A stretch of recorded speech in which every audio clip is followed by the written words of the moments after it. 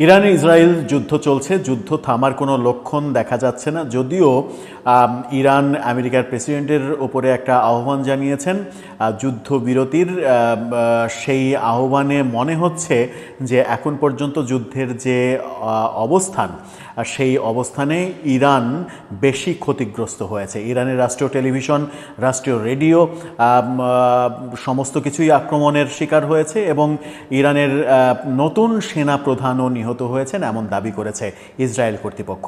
এরকম অবস্থায় ইরানের সরকার পরিবর্তনের গুঞ্জন শোনা যাচ্ছে এবং অনেকে বলছেন যে ইসরায়েলি নেতারা অনেকে বলার চেষ্টা করছেন যে খামেনির পরিণতি প্রেসিডেন্ট সাদ্দাম হোসেনের, ইরাকের প্রেসিডেন্ট সাদ্দাম হোসেনের মতো হতে পারে। এরকম আলোচনায় সবথেকে উদ্বেগজনক ব্যাপার আমাদের জন্য সেটা হচ্ছে ইরানে থাকা বাংলাদেশিরা এরই মাঝে আক্রমণের শিকার হতে শুরু করেছেন। তাদের বাড়িঘর পর্যন্ত গুড়িয়ে দেওয়া হয়েছে এমন খবর এসেছে। রেডিও তেহরানে বাংলাদেশিরা কাজ করে, সেখানেও আক্রমণের ঘটনা ঘটেছে।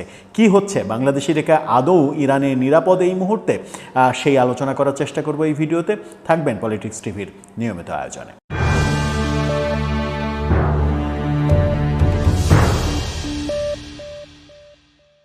দর্শক, পলিটিক্স টিভির নিয়মিত ভিডিওগুলো স্পন্সর করছে প্রজাপতি.টিভি, নতুন ওটিটি প্ল্যাটফর্ম। আপনারা চাইলে ইউটিউবে, ফেসবুকে, ইনস্টাগ্রামে, টিকটকে দেখে নিতে পারেন।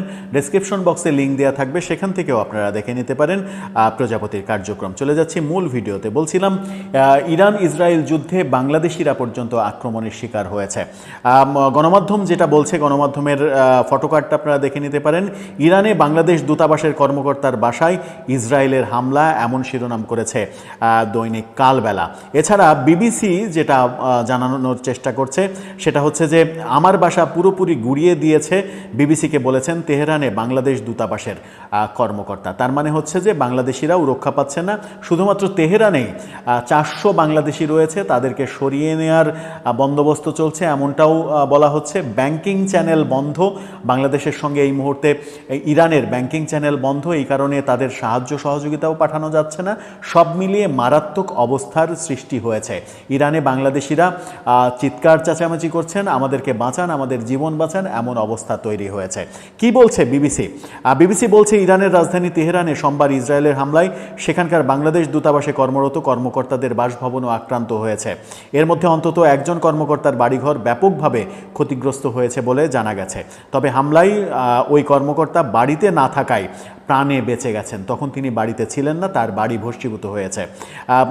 তিনি বলেছেন আমার বাসা পুরোপুরি গুড়িয়ে দিয়েছে।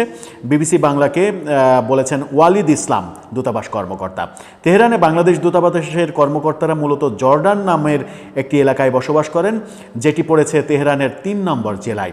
ওই এলাকায় ইরানের রাষ্ট্রীয় টেলিভিশন ভবন সহ বেশ কিছু গুরুত্বপূর্ণ স্থাপনা রয়েছে, যেগুলোতে সোমবার ঘোষণা দিয়ে হামলা চালিয়েছিল ইসরায়েল। এরপরে আমরা রেডিও তেহরানে আক্রমণের ঘটনা দেখেছি, যে রেডিও তেহরানে বাংলাদেশে অন্তত 8 জন বাংলাদেশি চাকরি করেন।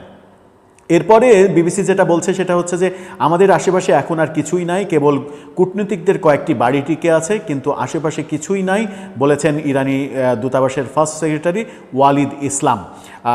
তিনি তেহরানের 3 নম্বর জেলায় ইসরায়েলি সেনারা হামলার ঘোষণা দেওয়ার পর সেখানকার বাংলাদেশ মিশনে কর্মরত কর্মকর্তা কর্মচারী সহ বাংলাদেশি নাগরিকদের সবাই ওই এলাকা থেকে তাদেরকে সরে যাওয়ার নির্দেশ দেওয়া হয়।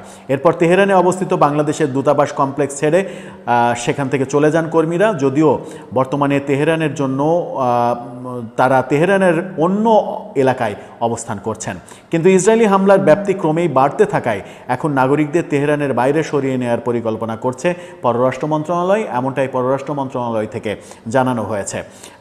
আমরা তাদের নিয়ে উদ্বিগ্ন, যারা তেহরানে আছেন তারা হামলায় ক্ষতিগ্রস্ত হওয়ার আশঙ্কার মধ্যে আছেন এবং তাদের, আমাদের দূতাবাসের যারা কাজ করছেন তাদের জন্য এখন আমরা কাজ করছি যাতে এরা নিরাপদ থাকতে পারে।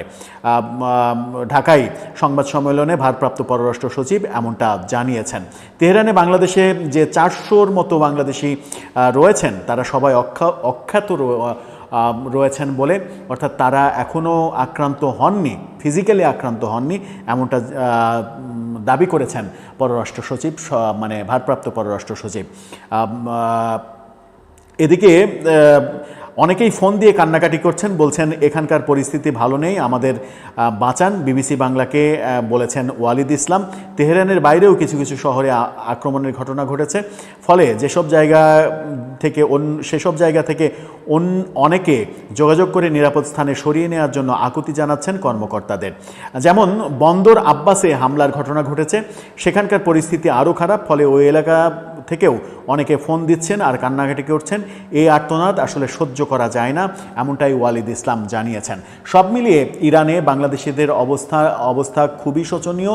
তেহরানেই 400 বাংলাদেশির জীবন এখন শঙ্কার মধ্যে। এরই মাঝে একটি গণমাধ্যম খবর দিচ্ছে যে একটি ডাক্তার দম্পতি ইরানে বেড়াতে গিয়ে সেখানে এই হামলার মধ্যে আটকে পড়েছেন, না পারছেন নিরাপদ স্থানে যেতে, না পারছেন দেশে ফিরে আসতে। সব মিলেই ইরানের এই পরিস্থিতিতে বাংলাদেশের পররাষ্ট্র মন্ত্রণালয় উপযুক্ত ব্যবস্থা নিতে পারছে কিনা, তাদেরকে বিশেষ বিমানে ফিরিয়ে আনা যায় কিনা, সেই কথা ভাবছে কিনা, সেই ব্যাপারে পররাষ্ট্র মন্ত্রণালয়ের কোনো ভাষণ আমরা শুনিনি। যদিও এখন ইরানের বিমানবন্দরও নিরাপদ কিনা সেটাও একটা বড় বিষয়, কারণ এরই মাঝে ইরানের একটি বিমানবন্দরে হামলার ঘটনাও ঘটিয়েছে ইসরায়েল কর্তৃপক্ষ। ইসরায়েল দাবি করেছে ইরানের নতুন যে সেনাপ্রধান, সেই নতুন